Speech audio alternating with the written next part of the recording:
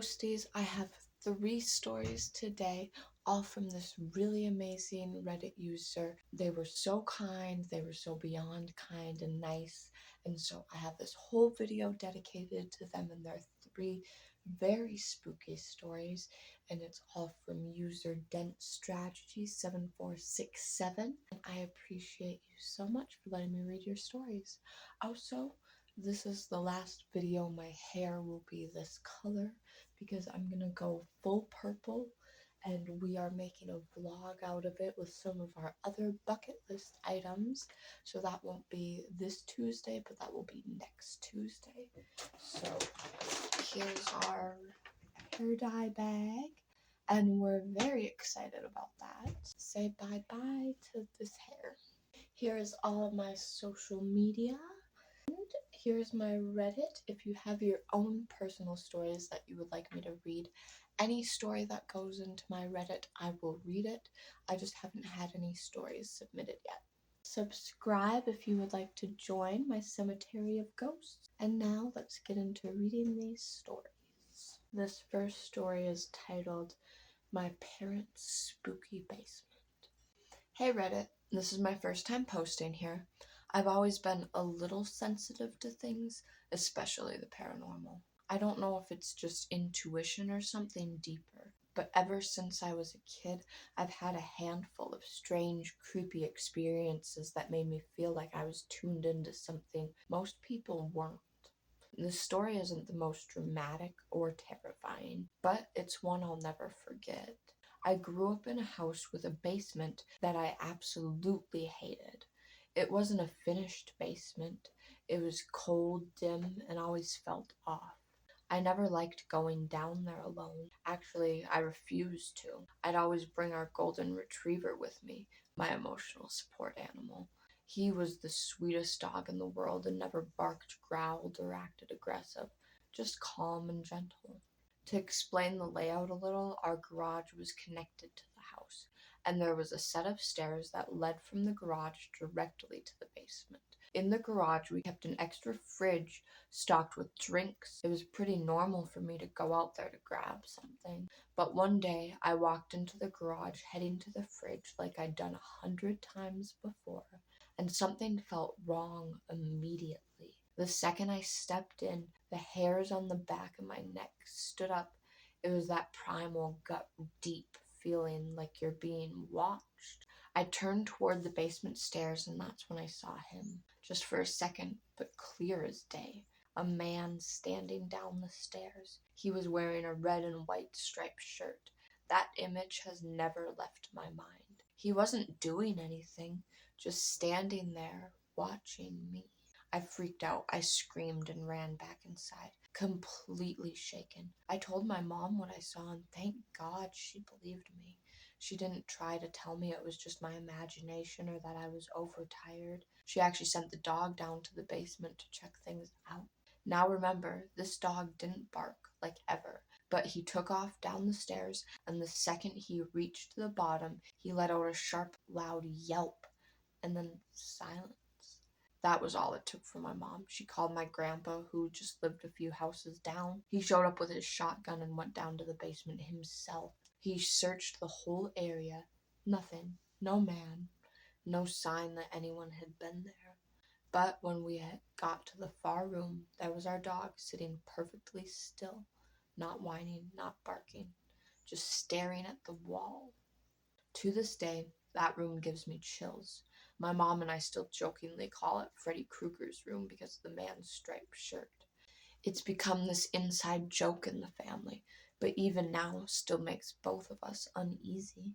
That wasn't the only weird thing that happened in that basement, but it was the first time something truly felt real, like it wasn't just in my head. And when your dog, the one who never makes a sound, reacts too, that's when you know something was off.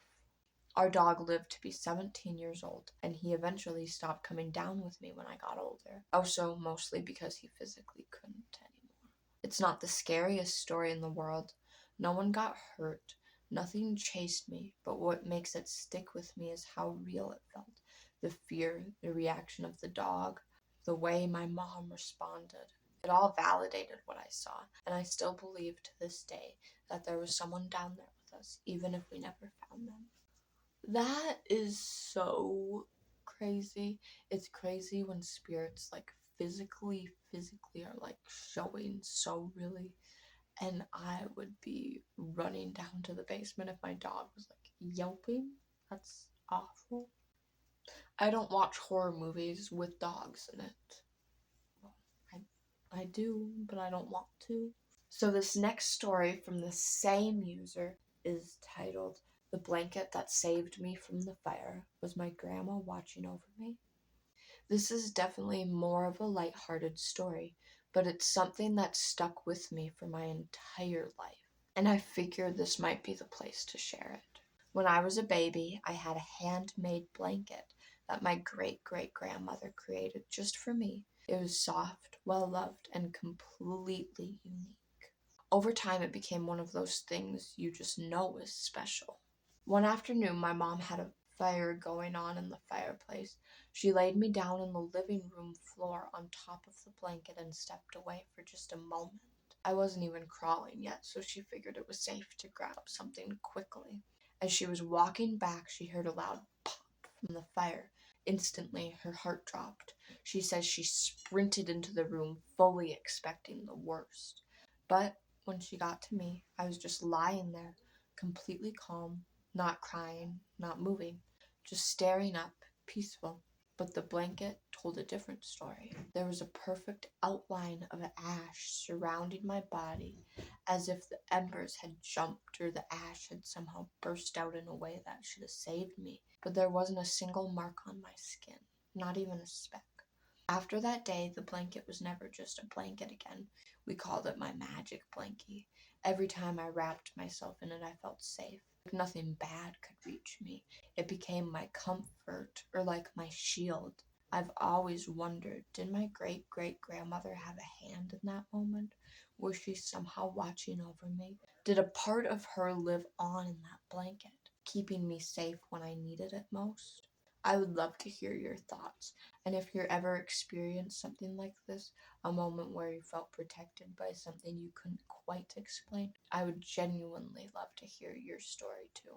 That's so crazy. That's definitely your grandma trying to save you and protect you, and that's just such a sweet story. I love those kind of stories. Also, guys, this shirt is silly, but it's purple and it's on me because like the second I turn this video off, we're filming the vlog and we're dyeing our hair. So woohoo! Next Friday, I think I'm only going to be telling 2 stories because I'm trying to get back on track with everything and it's just so hard for me right now.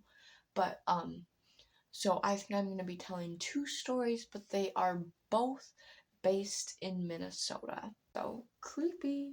One of them's no sleep, but one of them's true. And so I'm very excited to read them.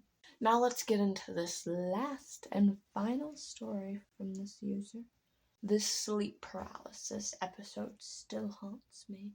Sleep paralysis, that concept terrifies me. I cannot go through that ever. Okay, I really need to get this off my chest because I've never talked about it in detail before, and I'd love to hear what the paranormal community thinks. I've had my fair share of weird, unexplainable experiences, but one in particular just resurfaced in my memory and it still gives me chills. Also, I would love to read the rest of this user's stories if they ever post them, so I might make a part 2 to this video someday. Growing up, I used to experience sleep paralysis a lot. The usual stuff. I'd wake up and not be able to move, roll over, scream for help. It was terrifying at first, but eventually I got used to it. I never really saw shadow figures or anything like that until this one specific time, and it felt very different. I remember waking up and immediately realizing I was paralyzed again. I tried to move my hand, nothing. I tried to yell for my parents, nothing. Then I saw it. There was a shadow figure standing in my room watching me, just standing there. That alone would have been terrifying enough. But then something happened that I've never been able to shake. I felt the blanket being slowly lifted off of my back. I couldn't move. I couldn't scream.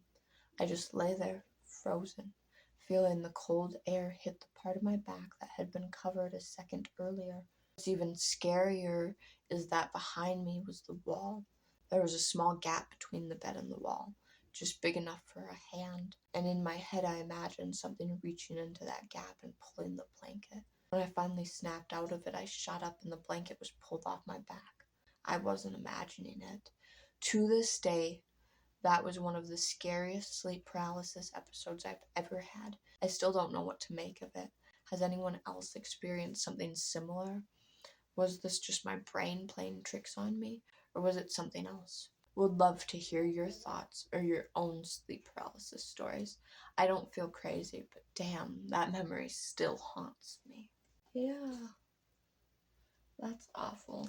And I would love to know, like, if they experienced more sleep paralysis ever after that, or if it just stopped entirely, or if that was just the worst experience of it. But yeah, I definitely would love to make a part 2 to this video with more of their stories. So thank you so much to user DenseStrategy7467.